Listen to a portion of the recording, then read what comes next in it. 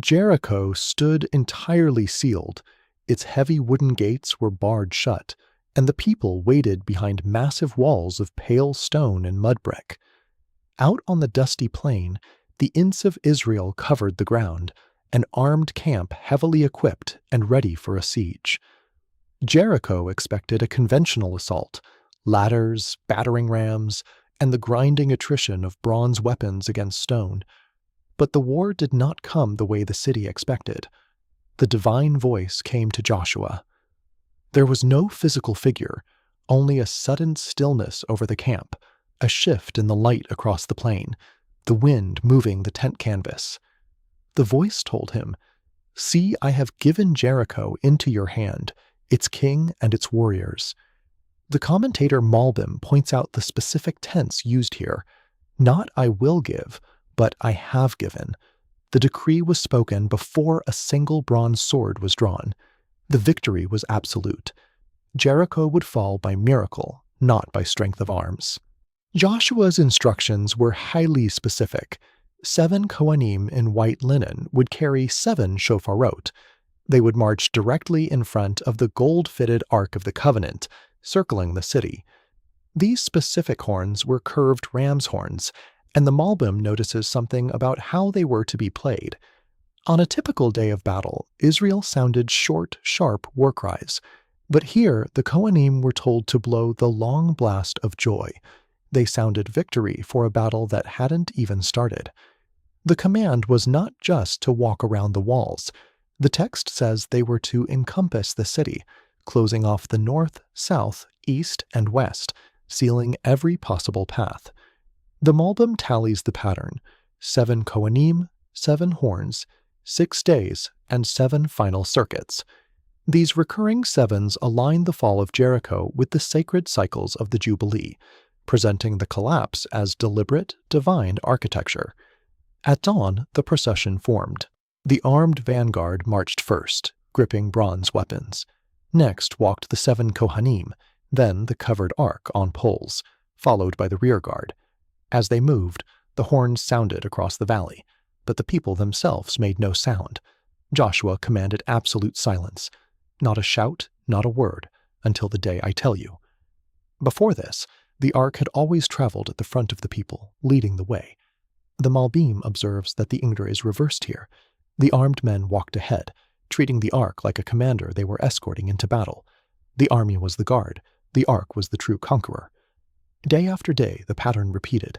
One slow, methodical circuit around the fortress, the blast of the horns, the absolute silence of thousands of men.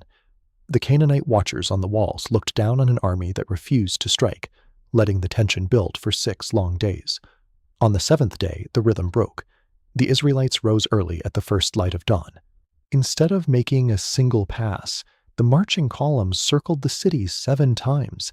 As they completed the 7th circuit, the tension peaked. The massive stone footings and mud brick walls still stood perfectly intact.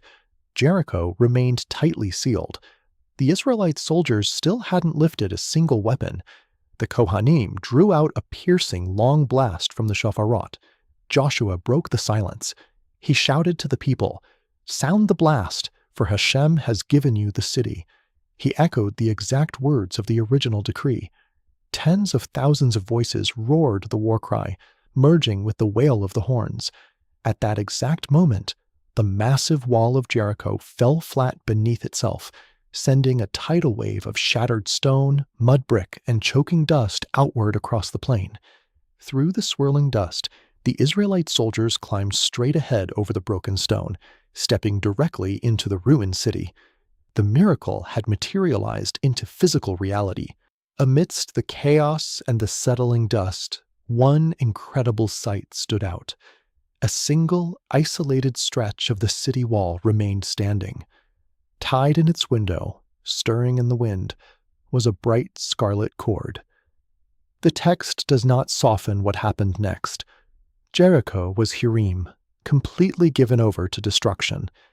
Men, women, and livestock fell to the bronze swords, while the silver, gold, and iron were taken for the treasury of God. The city had had years of warning, and its gates had stayed shut. but the two cloaked spies who had scouted the city days earlier climbed over the rubble toward that scarlet cord. They brought Rahab out alive, along with her entire household. The rescue was precise and deliberate.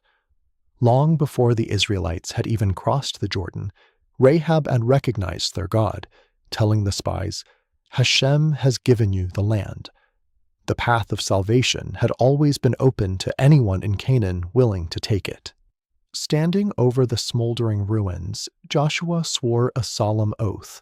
He cursed any man who would ever attempt to rebuild Jericho.